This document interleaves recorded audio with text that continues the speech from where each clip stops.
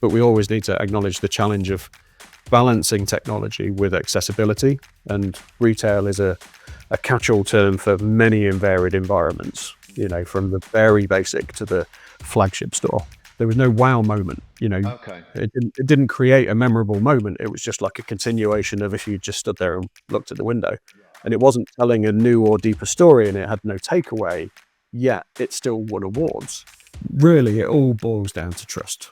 So it's really important to live and breathe the brand, because then you understand its intended target market, even if you're not the target market. But managing expectations through the regular communication, aligning with key stakeholders, and delivering on any promises is essential. Welcome to Immersive Futures, the podcast where we talk about all things immersive tech, and I'm your host, Martin Makington. The retail world has changed dramatically since the global pandemic. With more people now choosing to shop online, stores need to offer something uniquely different to bring its customers back into stores.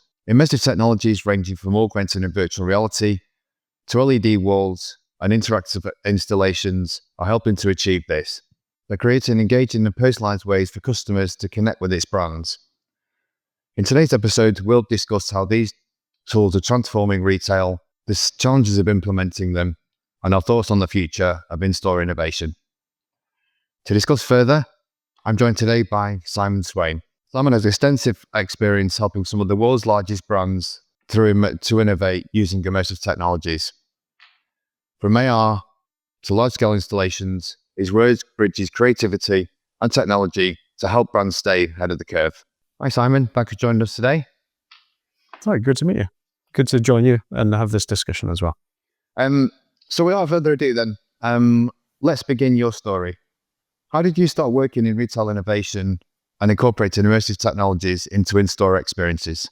Well, like many people in XR, I've got a very varied background and moved into retail from product design engineering as an experience base. So innovation and technology incorporation was kind of natural to me to suggest on projects. And similarly, the product story was everything to me, and not explaining this to the consumer by immersing them in a brand didn't make sense. So my curiosity between creativity and technology was always there. And my experiences along the way have clearly shaped my leadership style and creative outlook. Yeah. So I guess kind of looking back then, was there a project that made you realize the potential of immersive tools to transform retail spaces? Well, looking back, we're looking a long way back, show my age, but really early on, I was aware of kind of what we would call edge technologies at the time that were sort of full of surprise and delight for consumers. And I had a vision for what this could become, but at the same time, I was acutely aware that the technology and, more importantly, the infrastructure didn't exist in the early 2000s. So back then, creative problem solving and customer empathy were the immersive technologies of the time to bridge the gap between kind of imagination and reality. But this is where AR first occurred to me. And at the time, it was generally seen as a gimmick at that point. But I saw the potential that the kind of the 3D assets that I was creating, because I was not only a product designer, but a creative designer at the time, we were creating these wonderful 3D assets that could eventually be consumed natively in the experience in 3D by the customer.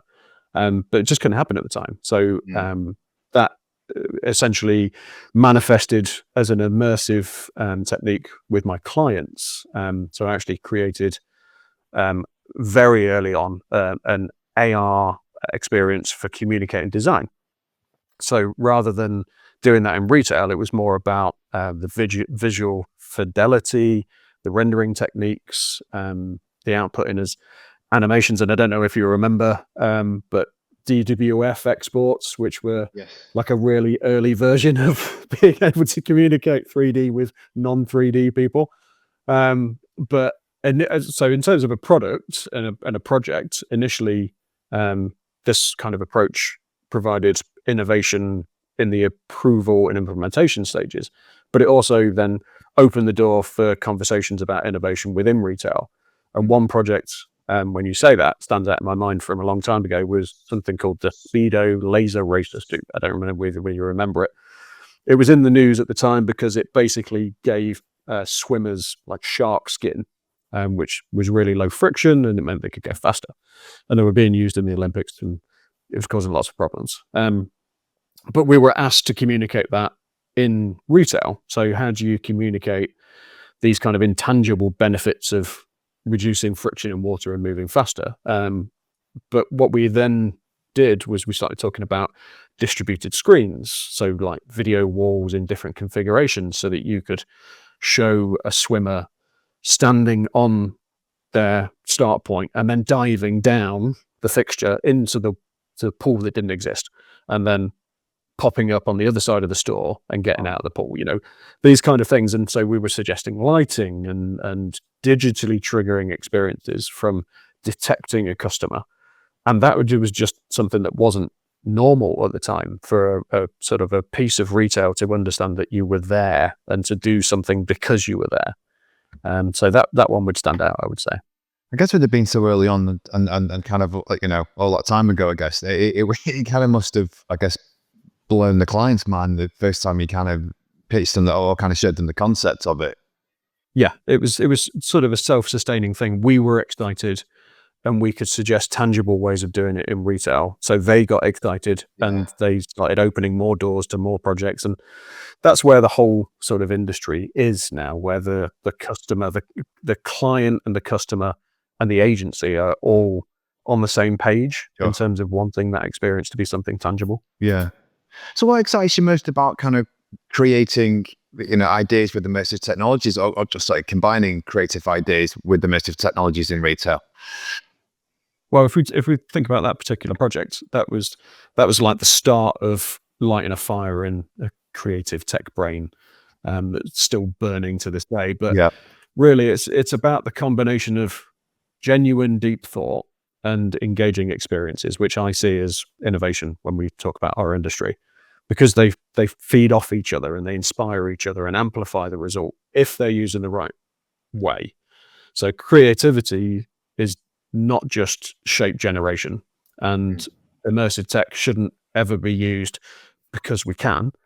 Anyone in this or related industries understand that immersion has to be seen as intuitive and that engagement with a creative narrative that's supported by the immersive tech is really memorable. Yeah. Our clients understand this, and it can result in a brand imprinting on an individual, and that's what they want. They want to form a connection that elevates the expectations for what's coming next, so that we can continue the retail evolutionary journey, really.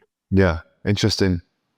So obviously the retail sector has seen a surge in, kind of use of immersive tech. I mean, what trends have you seen the biggest impacts or biggest impact on in-store experiences right now? I think right now, and probably for the last 2-3 years, has been this whole concept of hyper-personalization. And that's the key driver. And for example, in related technology terms, we'd call that VTO, so like virtual try-on of many different types. But anything that's a hybrid physical digital shopping experience has ushered in this era of the machine learning and wider demand for AI. So this matters to the consumer having what they would perceive as a personal experience, but it also matters to the brand who wants to understand what that personal experience is and what's driving them to purchase in the future. So it's all about the same thing. And do you think, I guess, that a lot of more of the brands are now acutely aware of, the benefits of immersive technologies like kind of augmented reality and virtual reality? There's definitely an expectation, and I think because when you're dealing with sort of the brand owners and the product owners within a particular business, they move around a lot, and their roles get refreshed very often because it then keeps retail really refreshed. But you're realizing that digital natives are starting to now come into that mix. It's not the same people that have been involved with brands for 20 years. There's young blood in there, and these are people that don't remember the times that I'm talking about when you didn't have immersive or personalized or sort of aware triggers. Yeah. And that can be as simple as just knowing that there's someone stood in front of a screen and it changes the message. These are people in those roles now that don't remember a time when things weren't immersive in some way. Yeah. So, based on kind of what you're seeing at the moment, I mean, how are technologies like AR and VR being used to create more personalized and engaging customer journeys? Well, I've mentioned already leveraging sort of VTO, virtual try-on. That's improved customer experience because it reassures the customer on the options. It reduces any kind of uncertainty. It increases conversion. Very often, there's lots of stats that get stated, but like with VTO, it's generally like a 40% uplift. And that's because it takes away all the indecision, but it also makes sure that there's less returned items, which is a huge issue for brands that are trying to be flexible and saying, try it, return it for free, all these kind of things. So when that's done right, it reinforces that brand loyalty. And AI techniques like Stable Diffusion, which obviously is part of a lot of the visual creative generation parts, are allowing the content to be more generative. So it's only a matter of time before we sort of see this enhancing both AR and VR retail experiences.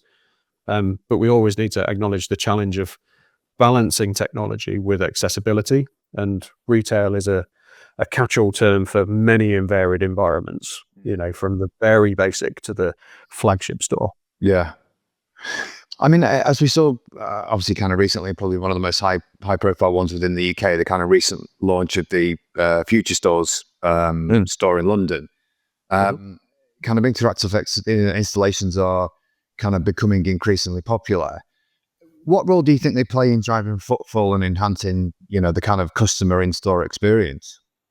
I think, as I mentioned, it's very much a sliding scale. So interactive installations can be as simple as like a infrared beam breaking to change the message on a screen, but all the way to a full-on dynamic body tracking experience. And my personal view is that the majority of interaction should be imperceptible.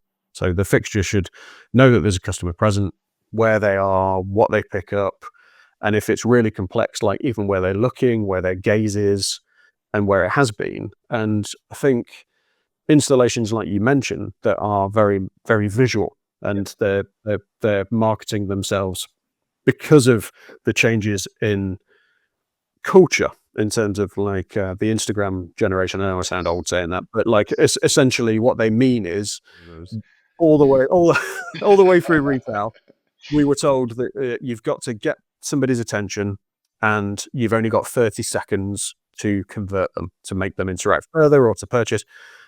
The other day, that was revised and they say that we've now got less than 5 seconds. Wow. And in some cases, in digital, they're saying we've got half a second Blimey. to get somebody's attention. So I totally understand how that approach to retail is good, but physical retail still offers interactions that aren't possible from pure digital. Yes, there can be an element of showrooming then. And by that, I mean, people are driven to retail, but they don't buy in retail. But modern retail understands that purchases are at the point of maximum conversion, and that retail is likely to be where the customer is looking for some sort of confirmation or validation of their decision to purchase. And if the in-store experience is delivering, then it will drive footfall to that location, convert, and it's a combination of all the other parts of the brand message that have happened outside of that retail experience and the global campaigns to do that.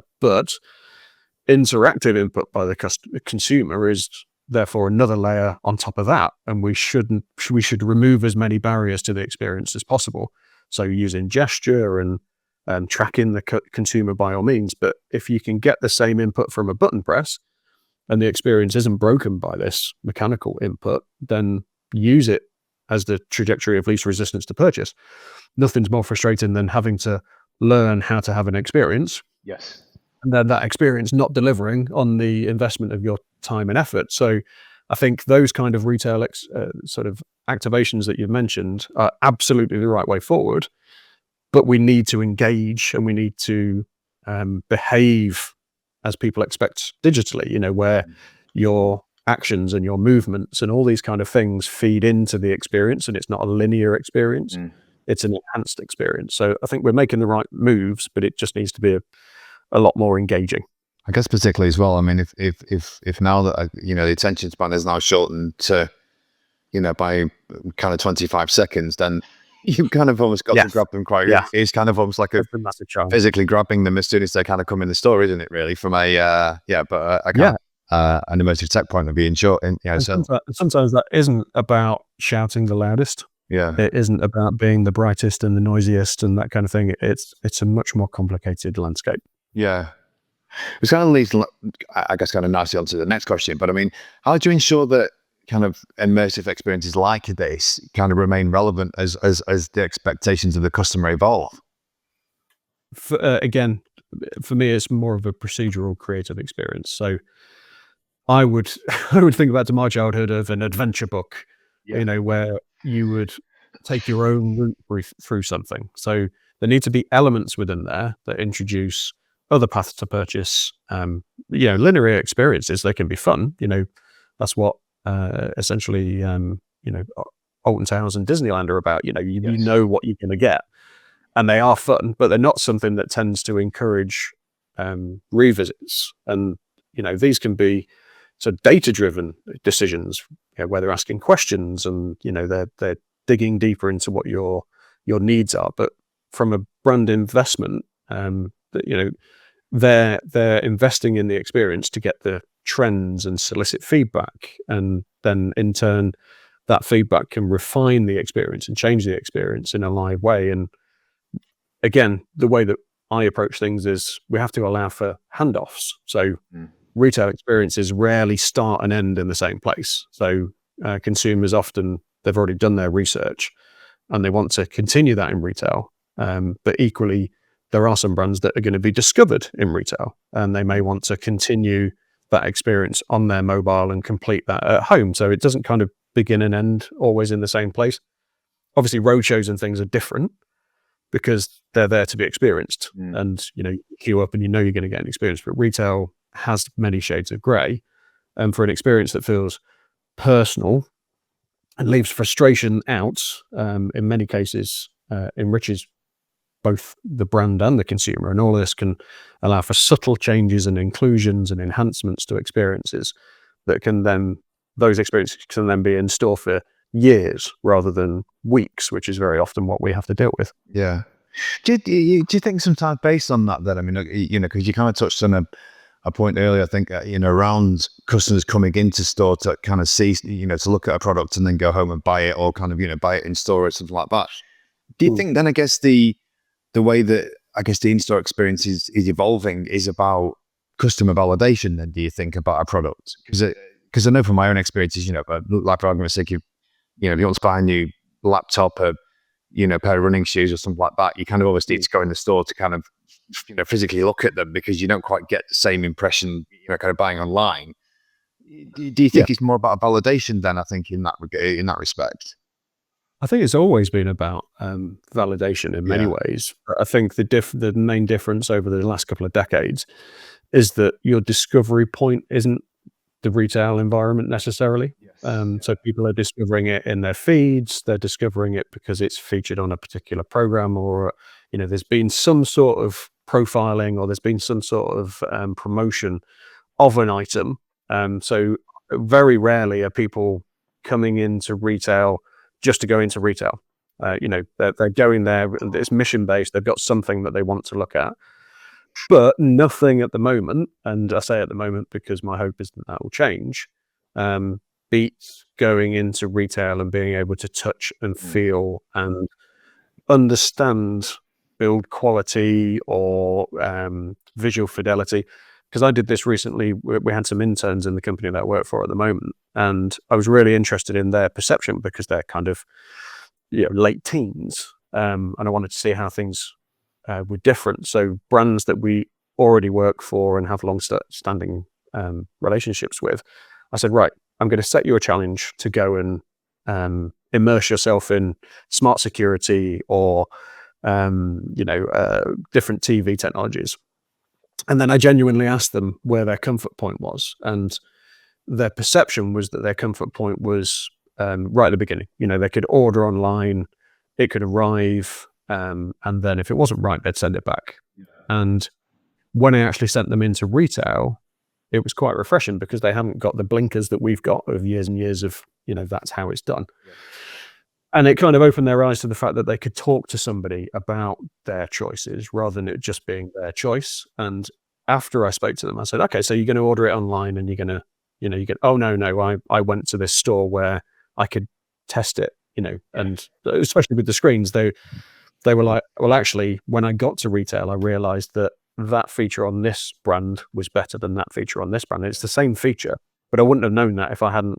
So their perception of this everything now kind of culture, everything on demand, full flexibility. Yeah. When it was their money and they were doing the buying, it changed things. So I think it has shifted, but not completely that way. And I think you still need the validation of, am I making the right decision? Not for all things. And like you say, with your running shoes and stuff, if you've already had a brand that works, chances are you'll feel really comfortable going online and buying the new version or a different color, and you won't worry about it. You know your size, they're going to work. But it's when something's new, you have to have the experience. I was always very wary of VR in the past. I was always an AR person because I didn't like the idea of, fully covering up and going somewhere else unless it was a game. And a long time ago, I tried the Meta Quest 3 headset with the camera pass-through, and just that literally 10 seconds of, oh, okay, this works. This is actually really good. Yeah. That happened in retail, and that wouldn't have happened purely from watching videos and seeing things online and being somebody trying to convince me that was going to work. And now I wander around the house not taking it off, much to the annoyance of my wife and children. But it's a great feature. You've got the digital layer. You don't fall down the stairs. You can make a cup of tea. Yeah. But I wouldn't have discovered that necessarily unless I'd tried it at a friend's house or gone into retail. Yeah. I mean, throughout your career, you've worked on projects, for some of the world's largest retail brands. Based on your, I guess, kind of experience, what have you learned about working with these high-profile clients on immersive tech-focused projects? Really, it all boils down to trust. So it's really important to live and breathe the brand, because then you understand its intended target market, even if you're not the target market. But managing expectations through the regular communication, aligning with key stakeholders, and delivering on any promises is essential. So remote working, as you mentioned right at the top of the conversation, remote working, global cross-functional teams, it's all exacerbated the communication challenges. But to explain a concept, and most importantly, show the reality of the solution as early as possible so that it can be challenged and stand up to scrutiny is really important. You have to have a much stronger relationship with the client. And if you show them the reality of what you're going to deliver and it matches their expectation, then they'll trust your process every time.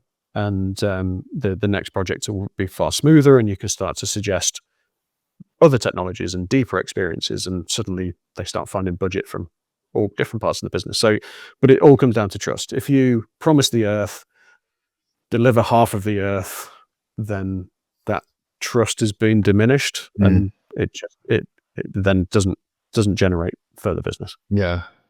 As a kind of creative at heart, I mean, how do you kind of navigate the challenge of balancing, I guess, kind of creative ambition with the practical needs of kind of retail operations? Yeah, tricky. Yeah. Increasingly, we're seeing a shift to clients and retailers wanting and embracing innovation. Obviously, that means different things to different people. But the physical space needs to do so much more as the customer expectations and, to be fair, the retailer expectations have risen. And obviously, we need to be mindful of budgets and timelines and practical operations. But the creative vision can now be far more fully realized. Before, it was like an aspirational vision and you would try to get as close as you could. Now we can pretty much deliver anything, as long as we've got the tight-knit team.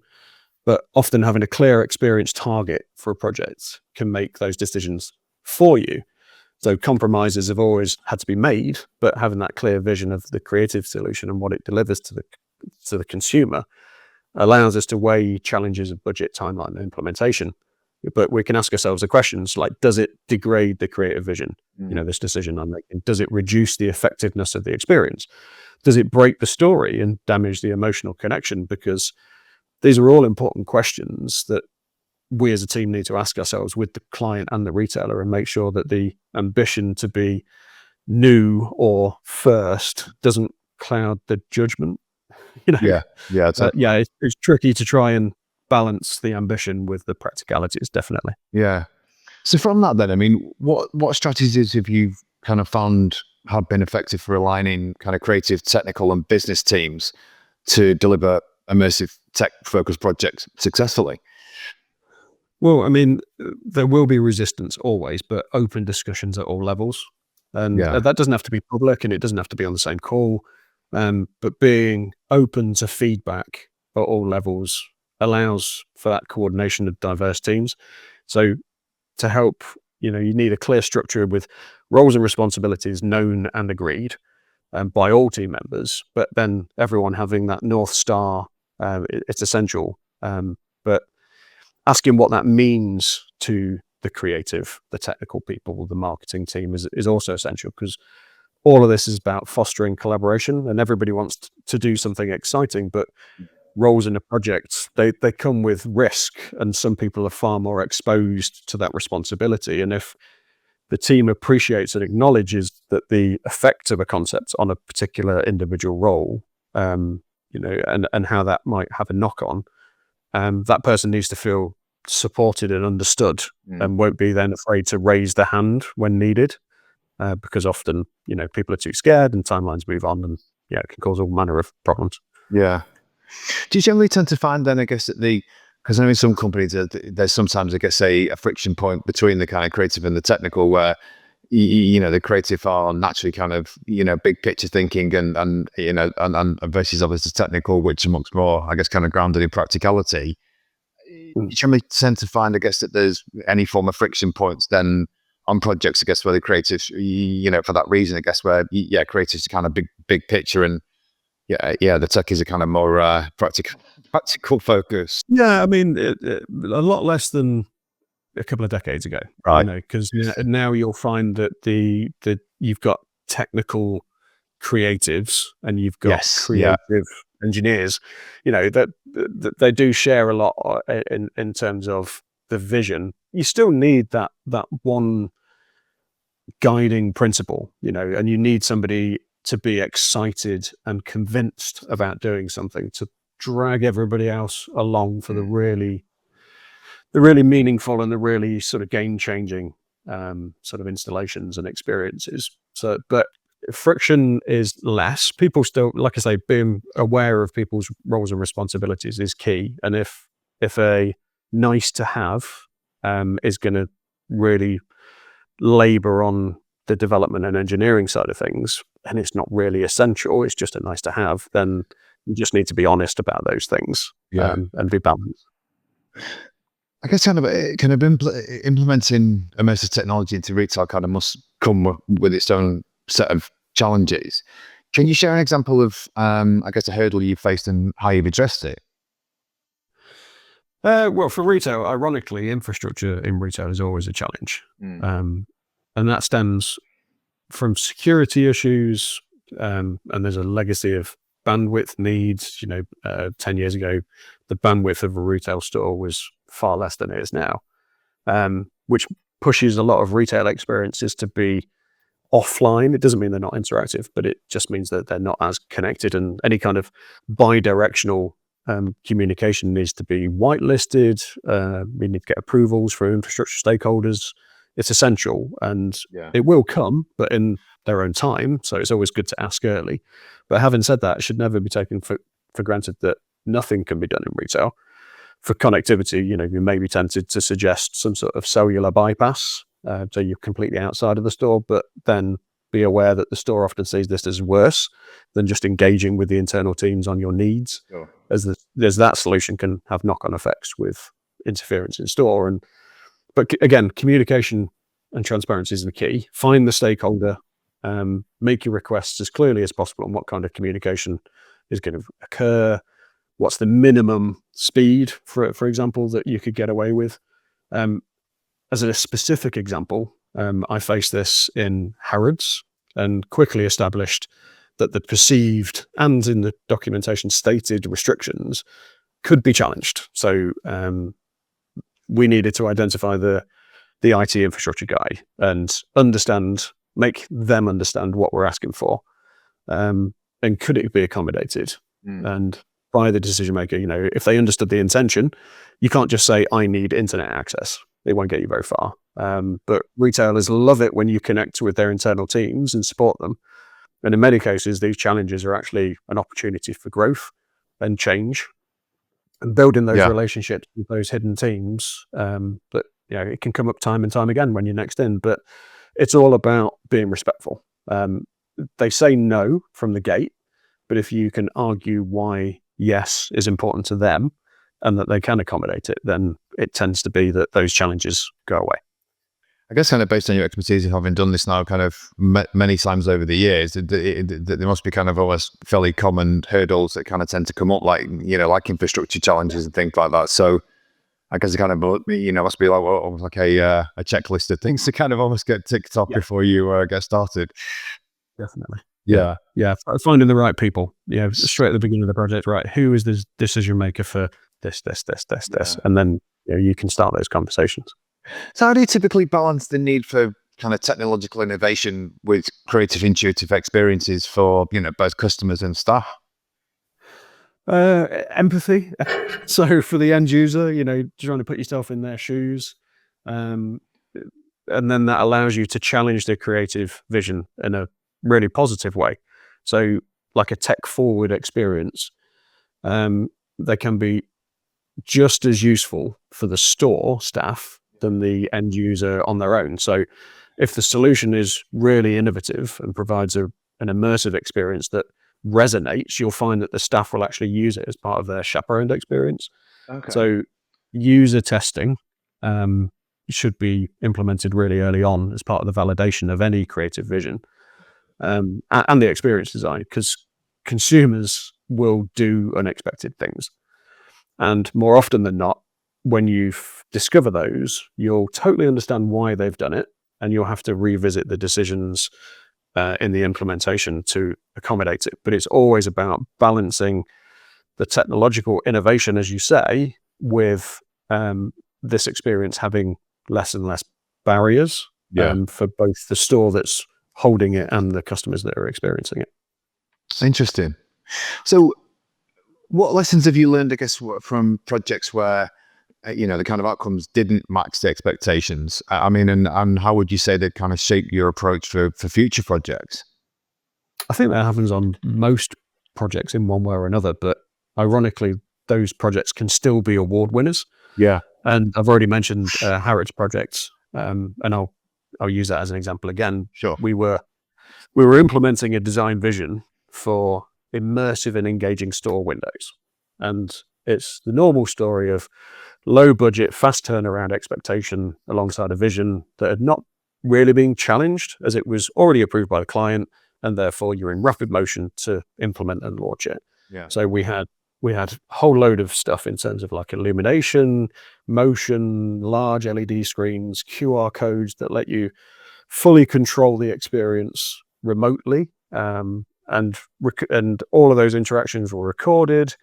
And the analytics data was then available to the client, so they could see the rocketing engagement statistics, all great elements.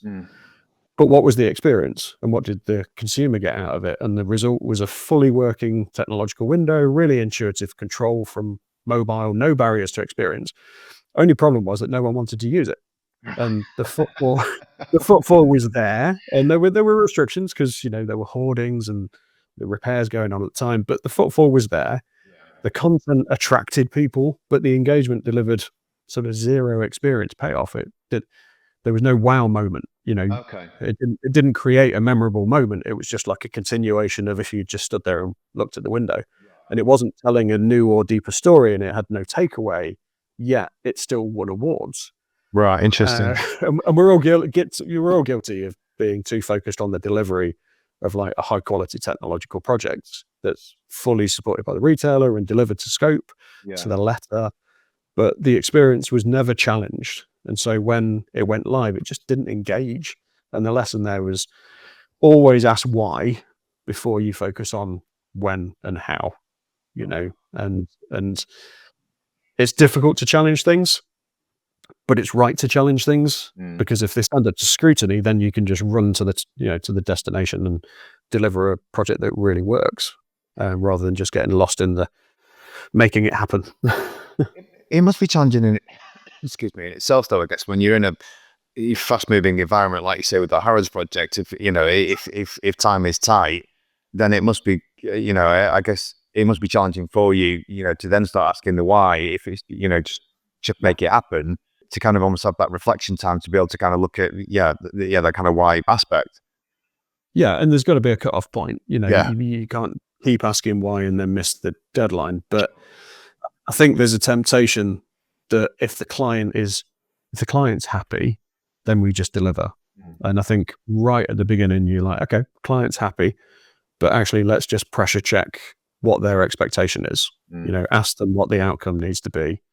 Because very often they'll have their own KPIs. They'll have internal challenges about what they're trying to achieve with this. Is it about brand visibility? Is it about getting new customers? Is it about creating a buzz, on social media or something like that? And I think very often, just because it's rubber stamped as approved, it can get lost in process, and you can run to the line and deliver exactly what the scope is, but actually it's a bit, and you could have challenged it early on. Do you think there's something that, just kind of thinking out loud, but I mean, when you mentioned something now about a shop window, obviously that was, probably several years ago you delivered that. I mean, if you delivered that project now, how much of an impact do you think something like Instagram would have played then, I guess, to make it Instagrammable and what have you? Do you think that would have kind of had a bearing? I think the interesting part about that was it wasn't that long ago. Yes, years, but not that long ago. And because it looked good and it had these interactive elements, it got a lot of social media coverage. Oh, okay, right. But the social media coverage was generally by the brand or the agency that was making it happen, or people that were providing certain technologies. So independent buzz, from consumers in terms of user-generated content, like videos from people that weren't involved with the project, was quite minimal. So I think it's got to do something really quite different, in that kind of environment. And there's got to be some sort of takeaway. There's got to be some sort of payoff for that investment that will make somebody say, "Oh, you should really go to this location and have this experience because of X." And I think that was the bit that was missing. It was a great experience, really good brand, really high quality execution, but really, what was the experience and what was the takeaway? There was no word of mouth. There was no driving to that location. I appreciate every project is different, and I guess the kind of outcome desired by the client is different. But I mean, is there a key consideration now for social media about kind of that companies and brands kind of want it to be popular on sites like Instagram or Facebook or or on things like that? Or has that kind of always been a constant? It's always been a constant. I think the metrics of what that means changes. Right. I think in terms of, again, this is engaging with the client and saying, okay, what do you, forget the technology and forget everything that we're talking about. What do you want to get out of this activation? And like you say, sometimes it will be getting likes and reposting and all that kind of stuff. Sometimes it's more fundamental than that, and it's a brand that's trying to imprint on a consumer so that they will try it. They'll be driven into the store, like we were talking about earlier on about the tangible side of things. Yes. Sometimes you can have this wonderful experience that's really fun and nothing to do with the brand, but their intention is that then that brand's in your mind, and it may say, there may be a message somewhere in there saying, why not come and try it? And they're like, well, I'm outside, I might as well, this has been fun. Or I think there was one very recently by a great agency called Studio Dialect that worked with Coca-Cola on Piccadilly, the big billboards. And that experience actually gave you, if you interacted through your phone, gave you the ability to basically win a free sample. So by having this fun experience, the end of it was actually, if you take this code to a store, then you get a can of Coke, Okay, So right. there's a payoff, and it's only perceived as a small payoff, but essentially that creates that activation. They've had a great experience. They taste it. Oh, I like that. I'm going to buy that next time. There's something else to it that's tied in with the experience. Interesting. So someone kind of deeply, I guess, kind of involved in technology innovation, particularly within retail, what excites you most about where the industry is heading over the next decade? For me, it's this true connection between digital and physical. Yeah. So that's what excites me the most. And I think that will actually redefine what retail offers, because there's always been like these two camps, where you can have really immersive experiences sort of digitally, or you can have really tangible experiences in retail. Yeah. And where this fits into the validation decision-making process for customers, we're already seeing that in consumer electronics products, the integration of this kind of, to use the AI terms, like multimodal inputs. So by this, I mean the ability to be able to use your voice, your location, what you're looking at, and what you're touching as the context for the interaction. Yeah. The glasses I'm wearing now, if I said certain words, then I can literally ask a question. I'm not touching anything. There's no interface. I'm just using my voice, and that's the expectation of a lot of consumers now. They want to be able to use different modes of input, and a lot of these products that you're trying to sell, they struggle to communicate their core benefits because they're internal, they're intrinsic, they're in the use, they're not necessarily how it looks. And without a live product in store, that's difficult. But live products are expensive. They often need like a retail mode, so they can't be abused. They need security, they need power, data. All complicates the delivery within a budget. And so the answer there is to hybridize. So deliver the feel of the product using display dummies, or unlock some sort of synchronized experience. So not quite a digital twin, but something that shows the functionality digitally from a physical change to position, rotation, interaction, something like that. So that's what really, for me, excites me the most about where the industry is heading, this merger of the two. And how do you think immersive technologies like AR and VR and interactive installations will continue to evolve in in-store experience? Well, increasingly, my feeling is that it will become very much a two-way street. So with the consumer starting to bring their own data, so we're seeing that already in some ways, but before it was like bring your own device. So when you had a smartphone in your pocket, that was great for retail because retail haven't got to have a screen. They don't have to have the processing power. It's all in the pocket of the consumer.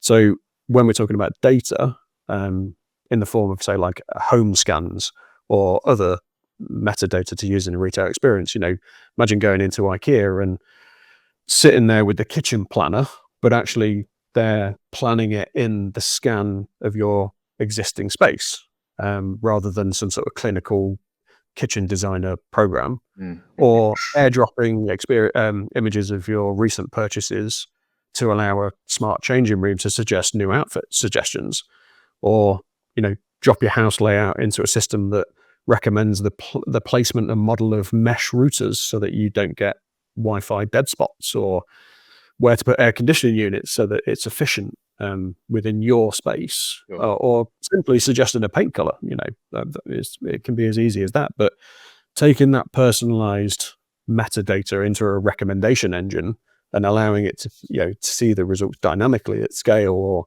simply in context provides much needed reassurance and the comfort to purchase without returns. And shoppers will have that hardware on their face or in their pockets that will unlock new opportunities in retail immersive experiences.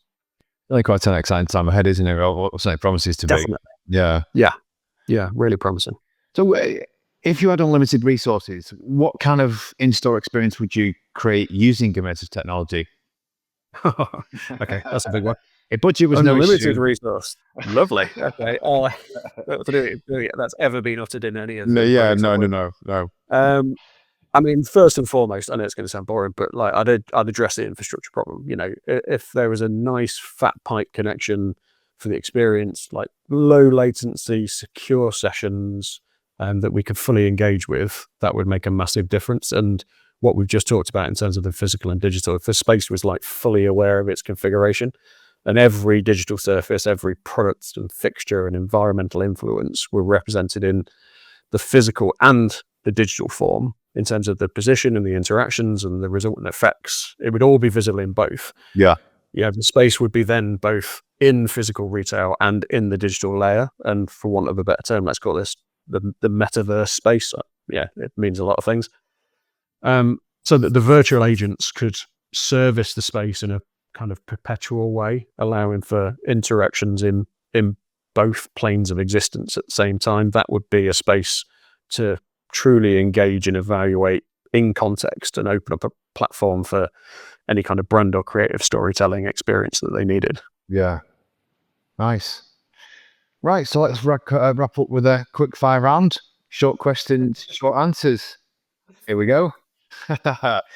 What's the most impressive use of immersive technology in retail you've seen recently?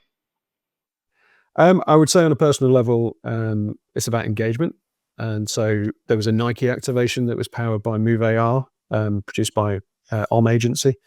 And the target market was sort of on activation, zero barriers to entry. It literally just walked in and it tracked your body and gave you visuals. And so what I liked about their approach was the experience was instant.